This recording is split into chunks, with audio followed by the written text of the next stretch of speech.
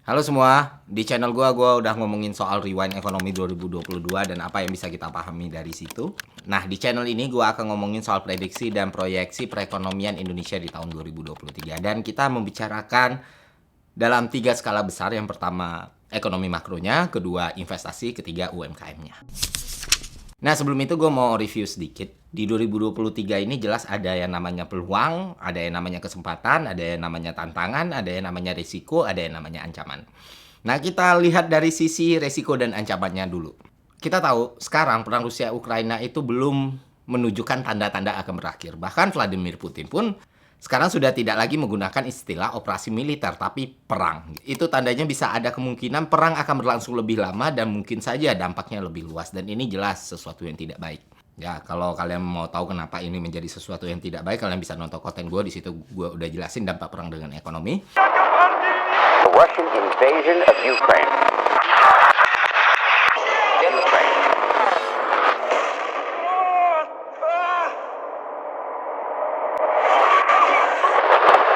Я не знаю, кто виноват в тех, кто это все развязал. Будь они все прокляты, все люди, которые это затеяли. Что чувствуешь? На роботі я одна, куди мені біжать? Куди ховатися? Куди? Скажіть, будь ласка.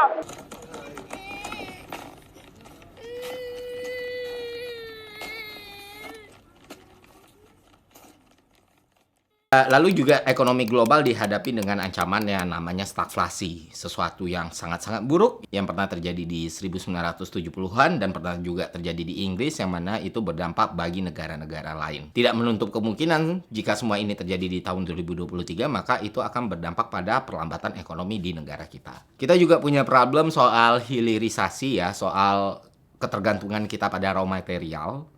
Dan syukurnya ini mulai disadari, mulai ada program hilirisasi dari pemerintah, dan jelas itu akan memberikan kesempatan yang lebih luas bagi para pelaku usaha, terutama UMKM, sehingga pertumbuhan bisnis mereka bisa semakin meningkat gitu. Nah, sekarang kita bicara dulu tentang scope yang lebih luas soal ekonomi makro di Indonesia, dan ini akan disampaikan oleh Ibu Masita Kristalin, seorang ekonom favorit gue yang benar-benar menguasai ilmu ekonomi makro. Nah, kita berharap ya, dengan fundamental ekonomi yang sudah lebih baik, kita berharap kita bisa mengatasi apapun yang akan kita hadapi di 2023 ini dengan lebih baik. Tapi bukan berarti 2023 ini bisa dijalankan tuh aman tanpa resiko, karena resikonya masih banyak ya. Satu, resiko terhadap perang itu masih bisa terus berjalan, dan ini memang tidak ada satupun yang bisa memperkirakan dampaknya. Tentu bisa kemana-mana ya, supply barang tertentu misalnya gandum, kemudian harga-harga juga ikut naik termasuk harga komoditi, dan juga keamanan dari sisi geopolitik yang biasanya mempengaruhi secara langsung sektor keuangan. Jadi sektor keuangan itu kalau ada resiko yang besar di area lain misalnya geopolitik, dia ikut hangat ya. Dan sektor keuangan tuh kalau hangat biasanya yang terjadi dia cost of fund-nya naik ya, yield pada naik, tapi orang juga punya kecenderungan untuk memegang cash atau balik ke cash is king atau kembali ke investasi yang tidak beresiko tinggi. Jadi biasanya kalau investasi tidak beresiko tinggi itu dia nggak investasi ke emerging market. Makanya di 2022 kalau teman-teman ingat, outflow dari emerging market keluar itu masih cukup tinggi, dan masih banyak orang yang menyimpan dalam bentuk misalnya obligasi US ya. Jadi US kondisinya seperti apapun dia masih termasuk ke dalam aset yang sifatnya safe haven. Dan biasanya negara berkembang cost of fund-nya itu akan naik. Nah, jadi dengan berbagai tantangan tadi sektor keuangan, geopolitik, kita berharap dengan policy dan fundamental yang makin baik, kita makin baik. Namun kita juga punya senjata simpenan ya. Kalau kita bandingkan dengan Indonesia zaman dulu tuh Indonesia current account deficit, Fer. Jadi setiap kali growth naik, orang itu kemampuan impor naik, current account defisitnya melebar defisitnya. Defisitnya melebar, rupiah nilainya turun, terdepresiasi. Begitu nilai rupiah turun terdepresiasi, orang udah nggak sanggup impor lagi. Jadi kalau kita baru mau naik nih, pertumbuhan ekonominya dikit, udah ketarik sama current account deficit. Nah, tapi berkat transformasi struktural, salah satunya tuh hilirisasi di bidang komoditi ya, contohnya nikel gitu. kita ekspornya kan besar banget. Nah, ini membantu current account kita. Makanya kalau kita lihat rupiah di periode yang volatile seperti ini tidak sejatuh bahkan waktu taper tantrum dulu loh. Padahal kan ini guncangan perekonomian dunianya lebih dahsyat daripada taper tantrum tahun 2013. Tapi dampaknya ke rupiah yang di sini lebih stabil karena kita terbantu current account deficit. Itu senjata kita yang pertama. Senjata kita yang kedua yang selalu ada itu adalah ekonomi domestik. Jadi ekonomi domestik kita itu cukup kuat. Bahkan kalau kita lihat di sektor keuangan ya, investor retail itu naiknya tinggi banget di masa pandemi. Terus kalau kita lihat juga UMKM sangat marak sekali di pandemi. Memang waktu pandeminya sangat dalam di 2020-2021, sektor-sektor yang seperti UMKM ini kan memang agak slow ya demand-nya. Tapi sekarang sudah mulai naik dan bahkan lebih tinggi tadi saya sampaikan secara nominal dibandingkan sebelum krisis. Nah, kita ingin menjaga ini ya, animo demand domestik. Ini adalah salah satu sumber pertumbuhan ekonomi Indonesia yang paling kuat menjaga perekonomian pada saat demand dari luar terganggu. Nah, dari penjelasan Ibu Masita tadi kita bisa mengambil kesimpulan bahwa mungkin memang akan ada shock. Tapi ya kondisi perekonomian kita terbilang cukup kuat untuk menahan goncangan tersebut. Dan apa yang terlihat di tahun 2022 seharusnya bisa menjadi indikator bagaimana ketahanan ekonomi kita terhadap krisis. Dan satu lagi kita bisa mengambil kesempatan di sektor usaha, terutama UMKM. Karena emang UMKM sudah menjadi backbone perekonomian negara ini ya. Saat startup banyak yang jatuh dan harus melakukan layoff, kita tahu di sisi lain sektor UMKM pelaku usaha real itu semakin bertumbuh gitu. Mudah untuk melihat indikatornya, kita lihat aja penerimaan negara semakin meningkat, jumlah pengusaha semakin bertumbuh, dan ya konsumsi rumah tangga kita juga semakin naik. Artinya ya memang selama ini GDP kita ditopang sama sektor rumah tangga ini.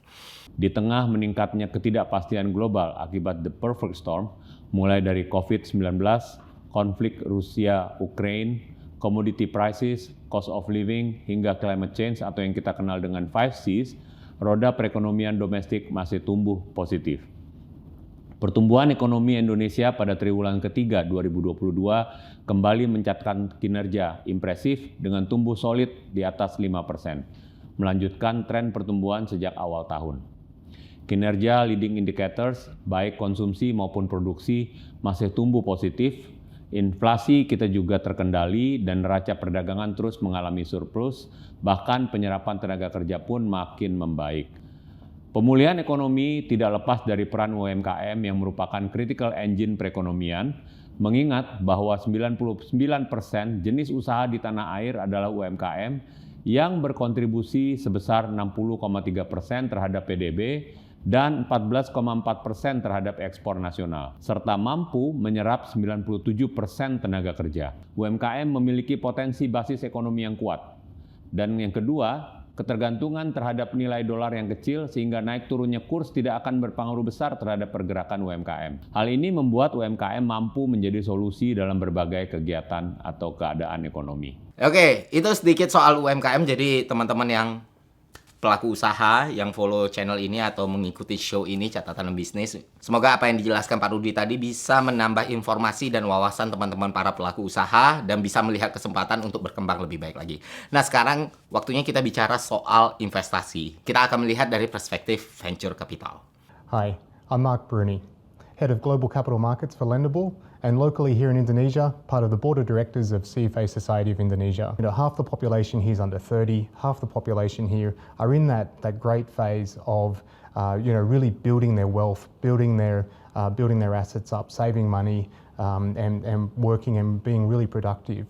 And so what that means for the local economy is that whilst the world is looking at more weakness over the next 12 months, locally here there's some support, some structural support here in the system that should see it weather whatever's coming in the next 12 months better than other places in the world. So with all of these challenges facing the economy, plus that structural support that I was talking about in regards to the demographics and the stage of the consumer credit growth cycle that we're in, where should we be putting our money in the next 12 months?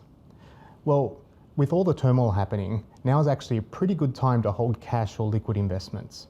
There's a lot of investors in the world, and I've been to a few conferences lately where a lot of private investors are basically in a wait and see hold mode. And so let's wait and see. Let's see what's happening over the new year. Let's see what the new year brings. The northern hemisphere is in winter at the moment, and because of the Christmas season and New Year's season, a lot of things are shutting down for now anyway. And so people are putting the money into cash or defensive assets. But I think when things are uncertain, and when you're in an environment like today where we're seeing a large structural change, we're seeing these challenges coming in, we're seeing the local structural support coming into play here as well, I think now is a good time to look past the price or return of an asset. The main thing to focus on is the actual asset underneath, fundamentally a good asset or a good company. Will that asset be worthwhile even if things are in a downturn? Nah, dari makronya sudah, UMKM-nya sudah, investornya sudah. Dan di sini kalian bisa pahami apa saja yang disampaikan oleh para ahli ini. Semoga itu menjadi sesuatu yang bermanfaat buat kita semua. Sekian catatan bisnis kali ini. Sampai jumpa di catatan bisnis selanjutnya. See ya.